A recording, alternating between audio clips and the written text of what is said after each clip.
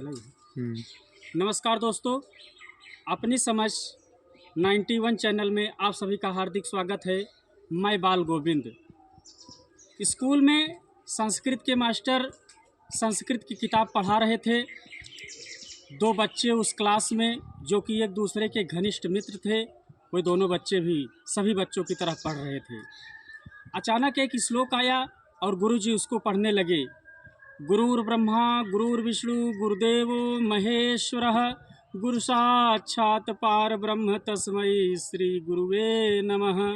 गुरुजी ने यह श्लोक पढ़ा और बच्चों को इस श्लोक का अर्थ बताया कि बेटा, गुरु ब्रह्मा होता है, गुरु विष्णु होता है, गुरु महेश होता है, उस साक्षात पार ब्रह्म को मैं नमस्कार करता हूँ। मेरे दोस्तों, इस तरीके से गुरुजी ने पढ़ करके बताया और बताया कि इतना अर्थ लिख दोगे तो आपको पूरा नंबर मिल जाएगा। अब जो दो बच्चे एक दूसरे के घनिष्ठ मित्र थे, उन लोगों ने भी इस श्लोक को सुना और उसके अर्थ को समझा, लेकिन उन दोनों बच्चों के अंदर विचार चलने लगा कि क्या वास्तव में गुरुजी ब्रह्मा जी होते हैं? क्या वास्तव में गुरुजी हमारे विष्णु जी और महेश जी होते हैं? ये प्रश्न उनके दिमाग में चलने लगा। वो दोनों बच्चे अपने घर जाते हैं छुट्टी होने के बाद, अपने माता पिता से पूछते हैं तो उनके माता पिता भी यही बताते हैं कि हाँ बेटा, गुरु ब्रह्मा विष्णु महेश होता है। लेकिन उसको ये प्रश्न बहुत परेशानी में डाल दिए थे कि आखिर वह कैसे माने कि गुरु ब्रह्मा होता है। क्योंकि जो गुरु पढ़ा रहा है वो हमारी ज़िंदगी को सजा रहा है, संवार रहा है। एक दिन हम डॉक्टर बनेंगे, इंजीनियर बनेंगे, वकील बनेंगे। लेकिन एक गुरु और आते हैं हमारे क्षेत्र में जो बड़े बड़े प्रवचन करते हैं, जो केवल 7 से 8 दिन के लिए आते हैं मुश्किल से। और बच्चे ने प्रश्न किया अपने माता पिता से कि वो तो ब्रह्मा की तरह दिखते हैं, बड़ी बड़ी दाढ़ी, कपड़े अलग दिखते हैं और धर्म ग्रंथों का पाठ पढ़ाते हैं, लेकिन ये गुरुजी तो हमारी ज़िंदगी संवार रहे हैं। लेकिन आखिर ये कैसे ब्रह्मा जी नहीं हो सकते हैं? या क्या वास्तव में ब्रह्मा जी फिर होते हैं? इन सारे प्रश्नों का उत्तर उन दोनों बच्चों को मिल नहीं पा रहा था। दूसरे दिन बेल बजी, प्रेयर हुई। प्रेयर होके जैसे गुरुजी अंदर पहुँचे क्लास में, और वह बच्चा बाद में आकर के क्लास के सामने गुरुजी का पैर छूता है और कहता है कि ब्रह्मा जी की जय हो, विष्णु जी की जय हो, महेश जी की जय हो। Good morning Brahma ji, good morning Vishnu ji, good morning Mahesh ji. तो गुरुजी को थोड़ा अचंभा लगता है कि बेटा ऐसा क्यों बोल रहे हो? और जबकि बच्चे ने कहा कि सर आप ही ने तो बताया था कल कि गुरु ब्रह्मा होता है, गुरु विष्णु होता है। गुरुजी भी अचंभित हो गए इस जटिल प्रश्न को सुन करके और इस क्रियाकलाप को देख करके।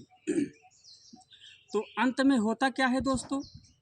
गुरुजी तो उसी में उसकी जटिलता सुने, समझे, जो समझ में आया उसी पर वो रुक गए। लेकिन होता क्या है, बाद में वह बच्चा इस बात को जानने की कोशिश करता है कि आखिर क्या हमारे पढ़ाने वाले टीचर ही ब्रह्मा जी होते हैं? तो कुछ समय के बाद उस बच्चे को किसी तत्वज्ञानी, किसी पूर्ण ब्रह्मज्ञानी महात्मा की पहचान होती है, और उस महात्मा को पहचान करके वह जान जाता है कि यह महात्मा हमारे प्रश्नों का उत्तर दे देगा। तो वह अपने प्रश्न को रखता है कि क्या हमारे जो गुरुजी पढ़ाते हैं वो ब्रह्मा जी नहीं हैं? तो वो महात्मा बड़ी आसानी से उस बच्चे को समझा देते हैं कि देखो बेटा, वैसे तो गुरु 2 प्रकार के होते हैं। अब माता पिता को भी लोग गुरु कहते हैं, तमाम प्रकार से लोग गुरु बताते हैं, लेकिन हम आपको बता रहे हैं गुरु 2 प्रकार के होते हैं। एक आध्यात्म का गुरु, एक इल्म का गुरु। इल्म के गुरु में आप सब आ जाएंगे, चाहे वो माता पिता हो या गुरु हो, भाई हो, बहन हो, कोई भी हो। लेकिन आध्यात्म के गुरु में, आध्यात्म का गुरु जो होता है केवल ईश्वर का ज्ञान देता है, और आध्यात्म का गुरु जो है जिस ईश्वर का ज्ञान देता है वह ईश्वर पूर्ण है, अखंड है, अविनाशी है, उसका ज्ञान रखता है। और ये गुरुजी जो हमारे पढ़ाते हैं, जो हमें साइंस पढ़ाते हैं, जो इतिहास भूगोल पढ़ाते हैं, जो गणित पढ़ाते हैं, ये हमारे इल्म के गुरु हैं। इल्म का गुरु अधूरा होता है, जबकि आध्यात्म का गुरु पूर्ण ब्रह्मज्ञानी होता है। फर्क दोनों में कोई नहीं है दोस्तों, होते तो दोनों ब्रह्मा जी हैं, लेकिन फ़र्क इतना ही है कि ब्रह्मा वाले गुरुजी जो होते हैं वो ईश्वर का ज्ञान देते हैं, और जो इल्म के गुरु होते हैं वो हमें इल्मों को सिखाते हैं। जैसे एक इल्म साइंस का हुआ, एक इल्म गणित का हुआ, एक इल्म विज्ञान, इसी तरीके से विभिन्न प्रकार के इल्म हैं मैं बहुत ज़्यादा काउंट नहीं करा सकता हूँ आप सबको। तो इस तरीके से लास्ट में जाकर के बच्चे की समझ में आता है कि ये हमारे इल्म के गुरु हैं और आध्यात्म के गुरु के लिए ब्रह्मा विष्णु महेश की बात कही गई है।